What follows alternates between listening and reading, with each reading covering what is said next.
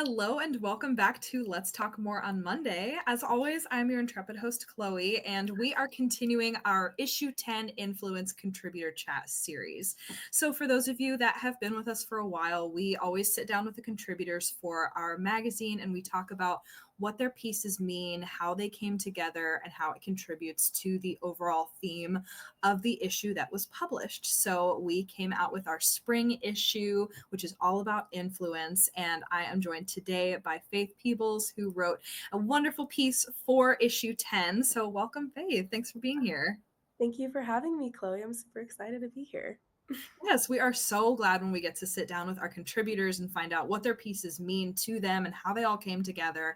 That's definitely the number one thing that our audience asks for, is a peek behind the curtain to get to see the ins and outs, the nitty gritty of how a few ideas become a full published piece.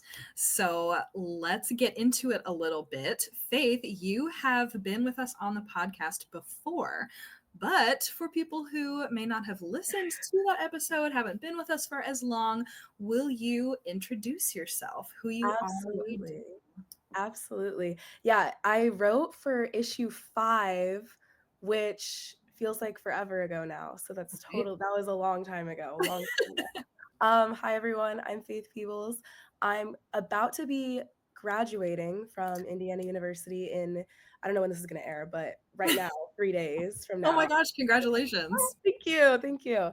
Yeah, I worked with Moore all of 2022 as an intern and then lead intern. And I got to work with a great team, got to collaborate a lot with Ariana, met Chloe. And yeah, now I'm about to be in the real world and do my thing. I'm going to be working marketing and merchandising, so I'm really excited moving forward. But yeah, right now I'm just soaking all of the final undergraduate moments Yeah, here in Bloomington, Indiana. So that is that's so amazing. Wow, I remember these 6 years ago when I was graduating college. So what is your degree in? yeah. So I'm studying marketing and international business. Nice. Those are my two majors, but my job post grad is actually in merchandising, which I'm all about fashion, so I'm excited for it. But yeah. Yeah, amazing. And it's so great that you are graduating and already have a job lined up. Like that's Yeah, I'm super excited. I'm feel like one of the lucky ones because it's a chaotic world we're in right now. So yeah, yes, it is. So I'm very glad that you have that lined up and that you're feeling good and just enjoy these moments until you graduate. Um, but let's get into the issue. So you wrote a piece for issue 10, Influence. For the yes. people that are listening that may not have picked up their copy yet, which if you haven't, definitely go do that. We're very happy with this new issue. Let us know what your piece is called and what it's about. Yeah, absolutely. So I wrote "You Are the Main Character," which actually is Chloe's title. Shout out Chloe. I couldn't think of what to call it. That was perfect, spot on. Thank you. But Ariana asked me to write a piece specifically about my experiences, how others have influenced me to take and on the challenges that I've faced in my life or the opportunities that I've had, and also how I've been like led to influence other people. So kind of like both sides of that relationship of influence. And so the piece is all about relationship building, because how can you influence someone without having that relationship, right? And so I feel in college, especially in business school, we're always talking about network. You have to build your network. It's all about who you know. And so that's just been something that has been on my mind, especially the past 4 years, is building your relationships, because we live in a people-centered world, and that I'm all about building relationships with other people.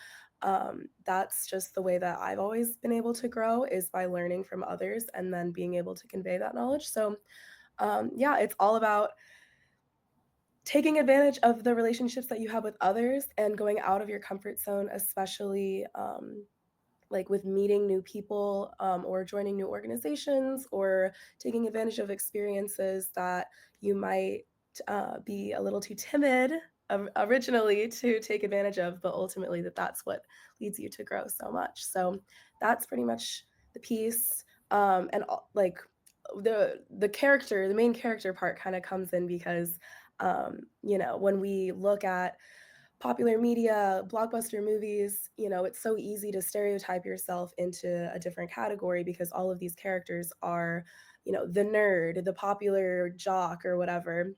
But that's just not how real people are. And so it's so important for us to remind ourselves that we can be a whole diaspora of things.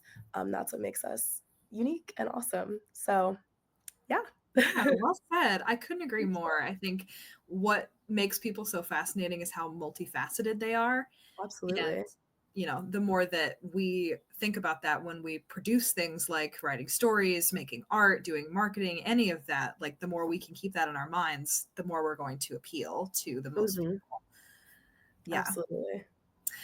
So, how did you come to write again for more? I know that you already had these connections, you'd already written for issue 5, but kind of really nice that you wrote for 5 and then you came back for 10. Like I just know. It's very very, even, good even yeah, numbers. you gotta come back for 15. Oh, I will, I will. Yeah, so, like I said, Ariana reached out to me because she thought, like, we've been in touch ever since, I started working for More back in 2022, and, she said, "I think that you would have a great story to share," and I love to write. I, have always been interested in writing and sharing different perspectives of my story, but I am out of practice, so I was really a little intimidated, honestly, especially with this story being all about me, my experiences. So I was a little bit intimidated and scared actually, because I was like, how am I going to make my experiences interesting for an audience to read? How am I going to relate this back? So, I to answer your question, this came about because of the connection and relationship that I had built a few years ago, just building on my story. Yeah. But but the process of writing it was a little bit challenging for me actually because I it took me a while to figure out like a motif to tie it all in and make it appealing to an audience versus just me writing like a reflection paper about my life. Right. Did Yeah. you go through a lot of drafts or was it kind of a thought dump that you went back and edited? For me, it was definitely thought dump. Like I knew I had certain experiences I want to touch on. Definitely, my sorority experience was like I cannot even stress enough integral in all caps to my collegiate experience because I developed me so much in ways that I didn't expect. So I knew that there were certain things like that that I wanted to talk about. For me, this year I've been doing so much reflecting, like personal journaling, and then also reflections that I've had to like share for class and stuff about my personal growth and professional development. So I kind of gathered all of that stuff to review on and see like what has been most crucial to my change, my developments like throughout these 4 years and beyond. So the draft itself, it pretty much stayed the same, one like, to what it is now, but there was so much buildup behind, like you said, like, thought building and gathering, Yeah. just from different, like, pieces of writing that I have, um, spread out, so, yeah. It's so interesting. If the people listening have listened to the interview that we did with Diana Fernandez Camul, I think that your pieces are parallel in a lot of ways because they both talk about people that helped you get where you are today. And Mhm. she is also graduating, like basically right now. Yeah, So I think you both had this really wonderful chance at the end of your collegiate experience to look back and think, like, what got me here? How did this all come together? And that's really valuable. absolutely. I feel like so many of the opportunities that I've taken advantage of throughout my undergrad experience, it's all been like based on word of mouth or me finding someone like me starting to look at an opportunity. I think in my piece I talk about joining an organization called Women in Business, which is ultimately what led me to More. I found that online and I wasn't like sure. I was just applying on a whim because I was like I really want to get involved. And then it was through the rounds that I got to meet all of these amazing, incredible women that were so inspiring, so motivating, that is what drove me to actually like excel and then eventually join the organization because I was so inspired by the people and the interactions that we were having. So, it like I'm a very externally motivated person, I guess, that Yeah.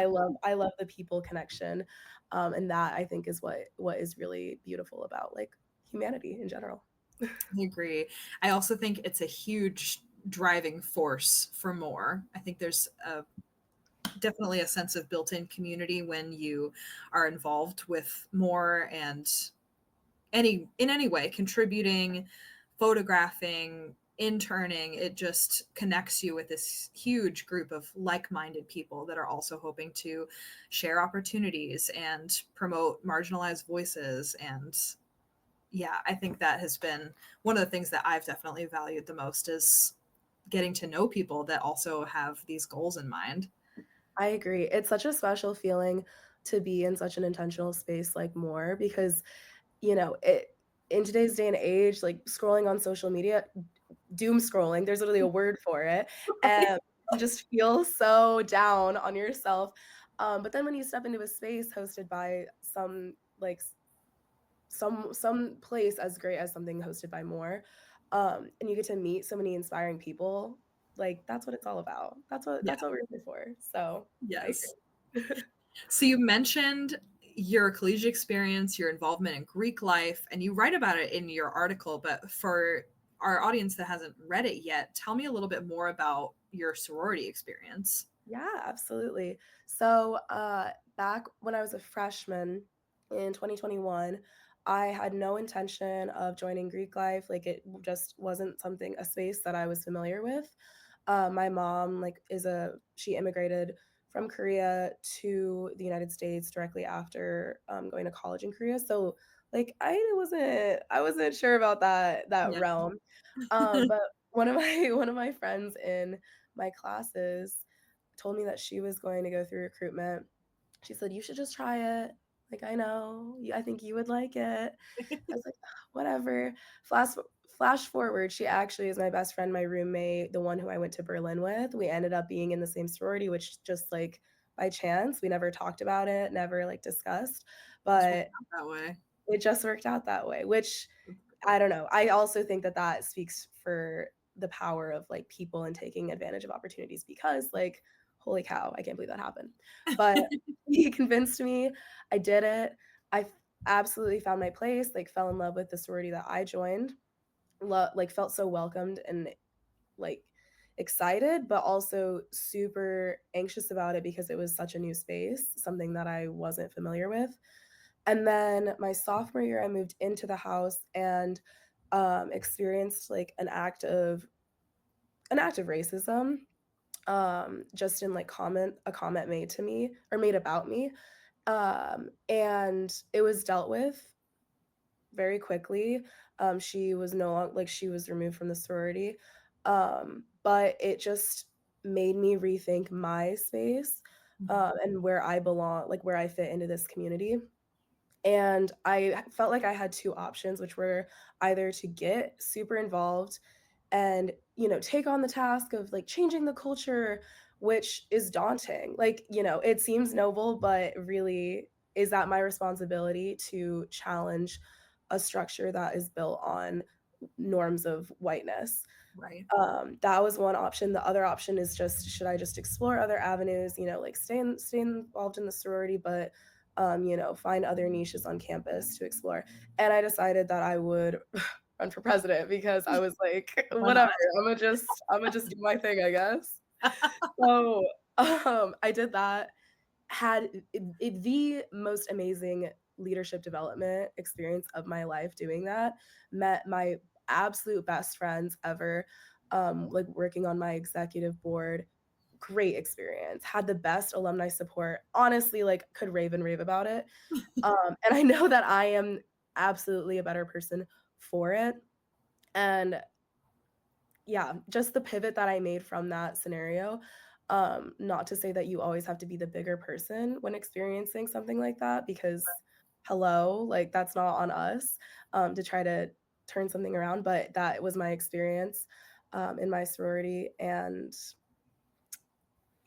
I tried to make try to make lemonade out of lemons. Exactly. Yeah. Yeah. Out of very sour lemons. Oh my god, the sourest. I thought we had to throw them away. They were so gross. Yeah. They're actually a little moldy. We just scraped them off. It's fine, It's it's fine. fine. Don't worry about it. Oh my gosh. Okay. Well, I have so many more questions, but I am going to save them for our Patreon episode. So this is where we will wrap it for today's Let's Talk More on Monday. Thank you so much for joining me to talk about your piece. Yes, thank you for having me again. This was so much fun. I'm so glad. So for the people listening that would love to stay connected with you, where can they find you? Ooh, you can find me on LinkedIn, my name, Faith Peebles. You can find me on Instagram, also my name, Faith Peebles. I think they're Faith.Peebles. Um, that's pretty much all that I do. So that's where I am. Yeah. Perfect. Yeah. Thank Well, you. thank you so much. And if you are listening to this, thank you. We so appreciate everybody that listens to the podcast and lets us know what they think. And make sure to join us over on Patreon, where we are going to dig deeper with Faith and ask some nitty-gritty questions. And if you do join us over there, you are supporting our mission to make opportunities reachable for everyone, as well as our internship program, which is very near and dear to our hearts, as Faith has talked about. So This is true. thank you so much for listening, and we will see you next week for another episode of Let's Talk More on Monday. Bye bye.